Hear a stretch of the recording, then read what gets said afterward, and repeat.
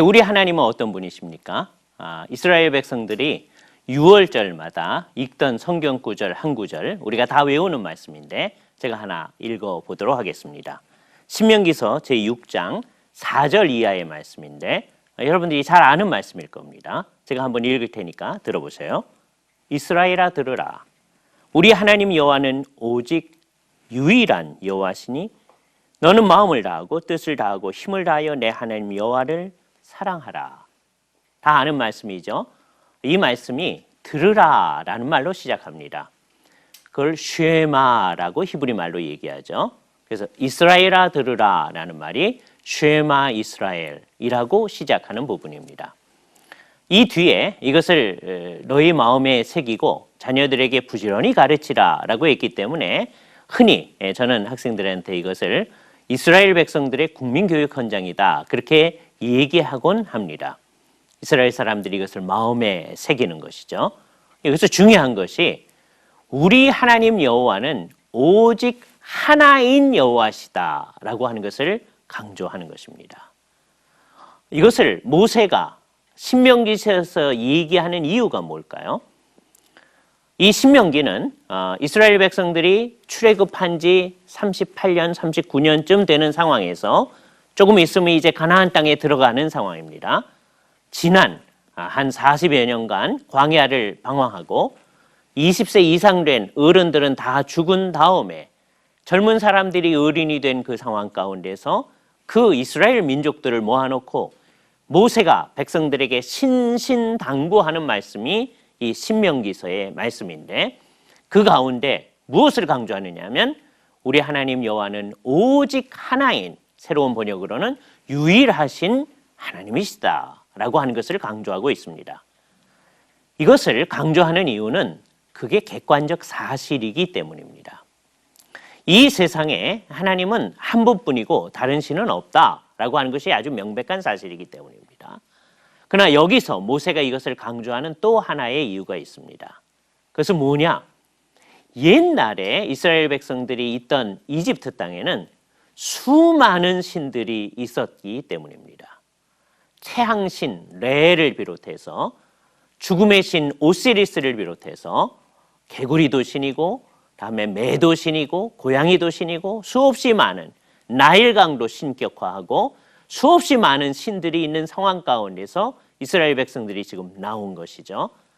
이 사람들이 정신을 차리지 않으면 그런 것에 영향을 받기가 쉽습니다. 그래서 그 사람들한테 우리 하나님 여호와는 오직 하나인 여호와시다라고 하나님의 유일성을 강조하기 시작합니다. 모세가 그걸 처음 안 게 아니고요. 그게 객관적 사실이기 때문에 이 세상을 창조하신 하나님, 아브라함에게 말씀을 주셨던 그 하나님이 오직 한 분이신 하나님이시기 때문에 그것을 강조하는 것입니다. 또한 이스라엘 백성들이 들어가 살게 될 땅인 가나안 땅에도 수없이 많은 신들이 있습니다. 다신론적 상황 가운데 둘러싸여서 이스라엘 사람들이 있게 되어지는 것이죠. 그래서 모세가 그것을 강조하는 것입니다.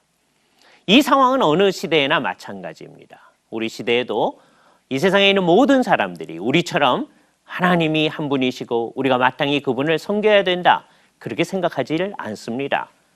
그러한 상황 가운데서 우리는 사람들에게 이게 객관적 사실이다라고 하는 것을 얘기해 줘야 됩니다. 그런데 중요한 것은 무엇이냐? 하나님이 한 분이시라면 그 하나님과 우리의 관계가 아주 특별한 관계를 가진다라고 하는 것이죠. 신들이 여럿일 때는 어느 신들에게 우리의 마음을 줘야 되는지 이 신에게 잘해주면 저 신이 화를 내고요. 히랍의 신화가 그 대표적인 예가 되죠. 제우스에게 잘 섬기면 그 부인이 되는 헤라가 막 화를 냅니다. 그래서 사람들에게 나쁜 일이 나타나고 그러죠. 그게 다신론적인 종교의 큰 문제점입니다.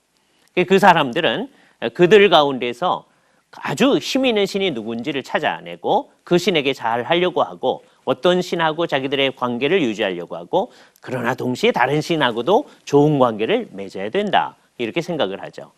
그러나 성경에서는 우리한테 하나님은 오직 한 분이시다라고 하는 것을 아주 분명하게 얘기를 해주는 것입니다. 이것은 우리 마음속에 새겨야 됩니다. 그러나 지난번에 말씀드렸다시피 그냥 머릿속에 하나님은 한 분이다, 그렇게 아는 것으로 그치는 것이 아니고, 오늘 본문이 말하는 것처럼 마음을 다하고 뜻을 다하고 힘을 다하여 내 하나님 여호와를 사랑하는 것, 그게 진짜 하나님을 한 분으로 모시는 방식입니다. 만일 어떤 사람이 나 하나님 한 분인 줄 알아요, 그렇게 하면서 그 하나님에게 우리의 마음을 100% 다 드리지 않는다면 하나님께서는 그것이 하나님을 제대로 섬기는 거라고 이야기하지 않습니다. 이건 우리 여자분들이 잘 아는 상황입니다. 자기 남편이 자기한테 내가 당신한테 마음을 75% 정도 주겠습니다. 85% 주죠. 95% 주겠습니다. 그래도 여자분들이 기뻐하지 않을 것입니다. 하물며 사람이라도 어떤 사람의 마음 전부가 우리에게 주어지기를 원할진데, 이 세상에 오직 한 분이신 하나님께서 우리 모두의 것을 요구하지 않겠습니까? 그래서 하나님께서 우리 모두를 요구한다라고 하는 것을 우리에게 분명하게 해주시는 것입니다. 이스라엘 백성들은 이 사실에 충실하지 않은 적이 너무 많이 있습니다. 물론 이스라엘 백성들이 하나님을 전적으로 버리고 다른 신을 섬긴 적은 거의 없는 것 같습니다.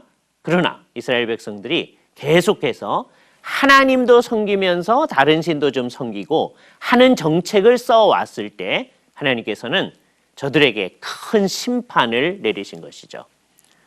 그 심판의 대표적인 예가 나라가 둘로 갈려진 것입니다. 북쪽 이스라엘과 남쪽 유다로 나뉘어졌을 때 스스로 질문을 해야 되죠. 아니, 어떻게 이런 일이 있게 되었는가? 결국 하나님만을 철저하고 바르게 섬기지 않았기 때문에 나타난 현상입니다. 북쪽에 있는 하나님의 백성들이 하나님을 제대로 섬기지 않을 때 하나님께서는 선지자들을 보내서 회개하라고 외치십니다. 백성들이 그 말씀을 따르지 않을 때 결국 북쪽 이스라엘이 멸망하고 납니다. 그럼 남쪽 유다만 남게 되어지죠. 남은 남쪽이라도 제대로 해야 하지 않겠습니까? 그러나 그 사람들이 제대로 하지 않았을 때 결국 바벨론이 와서 이스라엘 민족이 586년, 주후 586년에 다 멸망하고 마는 것을 우리가 보게 되어집니다. 이스라엘의 상당히 뛰어난 사람들이 바벨론의 포로로 잡혀가게 됩니다. 그 시기를 우리는 바벨론 포수기 또는 바벨론 포로기라고 얘기하죠. 이때 저들은 마음속에 새겼을 것입니다. 아, 우리가 오직 하나인 하나님을 우리의 모든 것을 다하여서 섬기지 않았을 때 이렇게 멸망하였구나. 우리가 이제는 절대로 하나님이 아닌 것을 향하여 하나님이라고 하지 아니하겠다. 오직 하나님만을 우리가 우리의 모든 것을 다해서 섬기겠다. 그런 마음을 가지겠죠. 그러던 그 사람들 앞에 아주 놀라운 일이 하나 나타났는데, 우리 주 예수 그리스도께서 나타나셔서 저들을 가르치시고 저들 앞에서 이적을 행하시고 저들 앞에서 놀라운 일들을 행하시는데, 가만히 봤더니 그분이 보통 분이 아님을 발견하게 되어집니다. 예수님이 가르치는 말씀을 따라가게 되면 그분이 하나님이다 라고 고백해야 될 것 같은 상황 속에 직면하는 거예요. 그래서 예수님의 생애가 거의 맞춰질 즈음에 예수님께서 제자들에게 묻게 되어지죠. 너희는 나를 누구라고 하느냐? 그랬을 때 베드로가 사도들을 대신하여서 대답을 합니다. 우리말 성경에서는 주는 그리스도시요 살아계신 하나님의 아들이십니다, 이렇게 표현이 되어 있죠. 물론 성경에, 우리말 성경에 주는 그렇게 시작을 하고 있습니다. 워낙 거기에 주는이라는 말은 없습니다. 당신은 그렇게 나와야 되죠. 그러나 하나님을 앞에 놓고 예수님을 앞에 놓고 당신은 그렇게 말하기가 어려워서 우리의 선배들이 주는이라고 번역을 새롭게 했던 것입니다. 그래서 우리가 그 말 앞에 주라고 하는 말이 있다라고 하는 잘못된 생각을 가져서는 안 될 것입니다.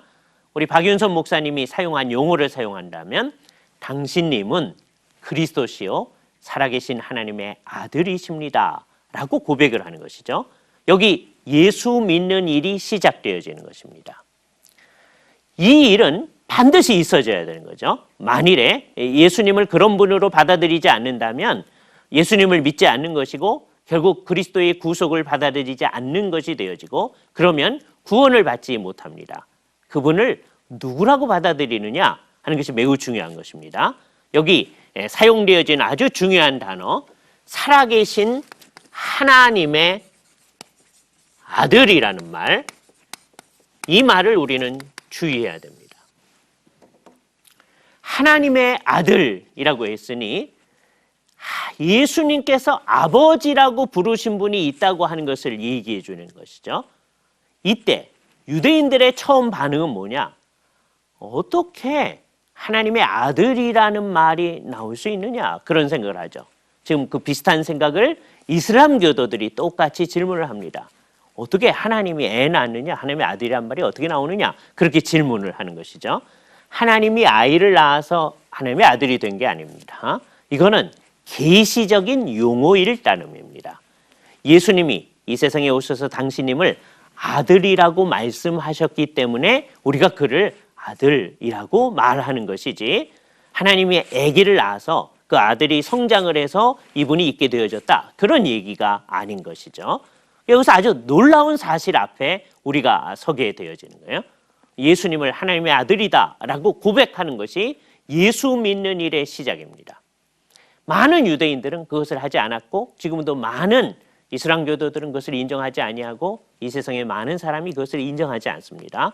그러나 이 사실을 인정해야만 우리들이 예수를 믿는 일이 되어지고 여기에 구원이라고 하는 것이 우리에게 주어질 수가 있습니다.